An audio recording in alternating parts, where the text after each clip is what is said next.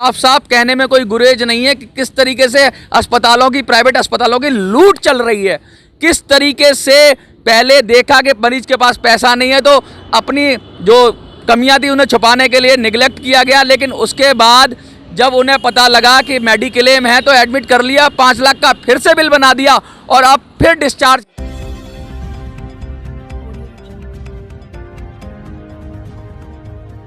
नमस्कार साथियों, मैं मनोज राजी स्वागत करता हूं आपका मिनी संसद के मंच पे। मैं बता दूं, मैं खड़ा हूं इंडियन स्पाइनल इंजरी सेंटर के बाहर, एक ऐसा हॉस्पिटल जिसके बारे में कहा जाता है कि लोग आते हैं तो यहां इलाज मिलता है और इलाज के बाद वो खुश होकर जाते हैं। लेकिन ताज़ा मामला में बता दूं, ऐसा प्रकरण है कि एक लड़की यहां पर एडमिट होती है।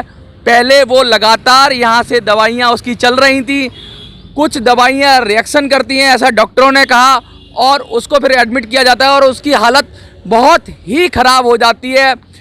अस्पताल का जो प्रशासन है वो पूरी तरीके से नॉन कोऑपरेटिव है। मरीज के जो घर वाले हैं वो परेशान हैं और परेशान होकर वो आए हैं। पुलिस कंप्लेंट हो चुकी है, बहुत सारी बातें हैं। जानते हैं पूरा प्रकरण क्या है। सर, आपका नाम क्या है और आप मरीज के क्या हैं?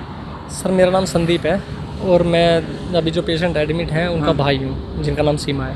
कब एडमिट हुई और क्या समस्या थी उनको? सर, शुरू में उनका यहाँ से नॉर्मल ट्रीटमेंट चल रहा था, उनको गाल में पेन था। तो सर वो थोड़े से पेन के कारण यहाँ पे हॉस्पिटल में दिखाने आए। तो सर उन्होंने, डॉक्टर ने कुछ प्रिस्क्रिप्शन दिया सर, जो कि गलत साबित हुआ। उन्होंने दवाइयाँ दी और सिस्टर को ये बोला कि ये दवाइयाँ जो है रिएक्शन कर सकती हैं। अच्छा, डॉक्टर ने ये बोला था कि दवाइयाँ रिएक्शन करती हैं? हाँ जी, डॉक्टर ने बोला कि ये दवाइयाँ रिएक्शन कर सकती है। हमारे कुछ पेशेंट्स को ऐसा हुआ भी है। बट घबराने वाली बात नहीं है, ये बोल के और सिस्टर को दवाइयाँ देके उन्होंने भेज दिया। फिर घबराने वाली बात कैसे हो गई? क्या हुआ ऐसा कि आपको वापस आना पड़ गया यहाँ? सर 2-4 दिनों तक उन्होंने वो मेडिसिन खाई और उसका रिएक्शन हुआ तो उन्हें इचिंग होने लगी, पेन होने लगा, थोड़े छोटे दाने होने लगे और पूरी स्किन पे निशान होने लगे। और सर जैसे ये सब सिस्टम हुआ उसके बाद सिस्टर यहाँ पे आई, मैं उनको लेके आया 24 तारीख को। सर मेरे बार बार कहने के बाद, क्योंकि सिस्टर बहुत ज़्यादा परेशान थी, वो चलने की हालत में नहीं थी, वो बुरी तरह से मतलब दवाइयों ने इतना बुरी तरीके से असर किया कि उनका चलना फिरना मुश्किल हो गया, बहुत ज़्यादा कंडीशन ख़राब हो गई। और हॉस्पिटल का क्या एटीट्यूड था उस समय? सर जैसे ही मैं लेके गया तो डॉक्टर सानी ने उन्हें देखा, जो कि उनका इलाज कर रहे हैं, वो एकदम से हक्का बक्का रह गए, थोड़े से घबराए और फिर उन्होंने बोला कि हम इनको जो है मेडिकेशन शुरू करते हैं और यहाँ पे एडमिट कर लेते हैं। बट सर उन्होंने एडमिट नहीं किया, 2-3 घंटे वहाँ पे रखा। मतलब पल्ला झाड़ने की कोशिश हो रही थी सीधी सीधी, जो उनकी दवाइयाँ रिएक्शन कर गई या जो भी उनका इलाज हुआ वो सही से नहीं हुआ, तो पल्ला झाड़ने की कोशिश हो रही थी। एग्जैक्टली सर, पल्ला झाड़ने की कोशिश नहीं हो रही थी। मेरे साथ ऐसा एक्चुअल में हुआ है, क्योंकि 24 तारीख को जब मैं यहाँ पे एडमिट करने के लिए आया, उन्होंने एडमिट नहीं किया। मेरे बार बार रिक्वेस्ट करने के बावजूद उन्होंने 2-3 घंटे यहाँ पे रखने के बाद और फिर दवाइयाँ दे के घर पे भेज दिया। ये जो हॉस्पिटल है पूरी तरह से प्राइवेट हॉस्पिटल है? हाँ जी सर, कम्प्लीटली। बट यहाँ पे पैनल है पिताजी का, तो मेरे पिताजी सर NCD से रिटायर्ड है। अच्छा। बट उनका पेंशन सर बहुत ज़्यादा नहीं है, तो उसी से गुजर बसर। देखिए, मैं बता दूं आपको कि प्राइवेट हॉस्पिटलों का लगातार लापरवाही सामने आती रहती है। मोटे मोटे बिल बनाते हैं ये लोग, किस तरीके से मरीज को परेशान करते हैं। और जब मरीज की हालत बिगड़ जाती है तो पल्ला झाड़ने के लिए ये कहा जाता है अक्सर कि जाओ सरकारी हॉस्पिटल में चले जाओ, या अब हालत ख़राब है। जब दवाई दी थी तब कुछ और स्टेटमेंट था, और जब थोड़ी हालत बिगड़ी तो उसे सुधारने की जगह उसको और ज़्यादा दिक्कत पैदा करने वाली बात हुई। उसके बाद क्या हुआ? उसके बाद सर घर भेज दिया गया। सिस्टर की तबीयत में थोड़ी देर तो सुधार रहा, क्योंकि उन्होंने सर कैनुलास लगा के दवाइयाँ चढ़ाई थी। और उसके बाद सर मैं पूरी रात वो सोई नहीं फिर से। उसके गले में दर्द था, छाती में पेन था, मतलब इसी तरह से, और माउथ में भी सर इन्फेक्शन फैलना शुरू हो गया था, जिनसे उनसे खाना तो छोड़िए सर, पानी और ज़्यादा सीरियस हो गई हालत। हाँ जी सर, मैं 25 तारीख को उनको फिर से लेके आया मॉर्निंग में, और सर उस दौरान भी इन्होंने एडमिट करने से मना कर दिया। बार बार फोर्स करने के बाद मेरी बड़ी सिस्टर ने और मैंने जो है उन्हें फोर्स किया, रिक्वेस्ट की कि सर आप इन्हें एडमिट तो कर लीजिए, आपकी पेशेंट एक आ जाएंगे इस टाइम। जो भी केस बिगाड़ा है ये आपकी मेडिसिन की वजह से हुआ है, जो भी गलत दवाइयाँ देने की वजह से हुआ था। तो सर इनको एडमिट किया गया। एडमिट में मैंने उन्हें बताया कि सर हमारा जो है मेडिक्लेम भी है, मेडिक्लेम में सर 5 लाख का था, और उन्होंने 5 लाख का बिल बना के पर्चा मेरे हाथ में थमा दिया। मतलब देख रहे हैं आप कि किस तरीके से पहले तो अपनी लापरवाही को छुपाने के लिए पूरी तरीके से दरकिनार करने की कोशिश की गई, लेकिन जब पता लगा कि मेडिक्लेम है तो बिल बनाया गया। 5 लाख की लिमिट थी, 5 लाख के लगभग बिल बनाया गया और इनको एडमिट कर लिया गया। उसके बाद क्या हुआ? अभी सर बिल 5 लाख से ऊपर ही हो गया है। और मतलब सिस्टर की तबीयत अभी भी ख़राब है और वो इसको डिस्चार्ज करने के लिए बोल रहे हैं कि तबीयत में सुधार है। देखिए किस तरीके से, मैं तो कहूँगा साफ साफ कहने में कोई गुरेज नहीं है कि किस तरीके से अस्पतालों की, प्राइवेट अस्पतालों की लूट चल रही है। किस तरीके से पहले देखा कि मरीज के पास पैसा नहीं है तो अपनी जो कमियां थी उन्हें छुपाने के लिए निगलेक्ट किया गया, लेकिन उसके बाद जब उन्हें पता लगा कि मेडिक्लेम है तो एडमिट कर लिया, 5 लाख का फिर से बिल बना दिया और अब फिर डिस्चार्ज कर रहे हैं क्योंकि मरीज की पेइंग कैपेसिटी ख़त्म हो गई। तो उन्हें लगता है कि अब पल्ला झाड़ो। कुछ सुधार हुआ है सेहत में?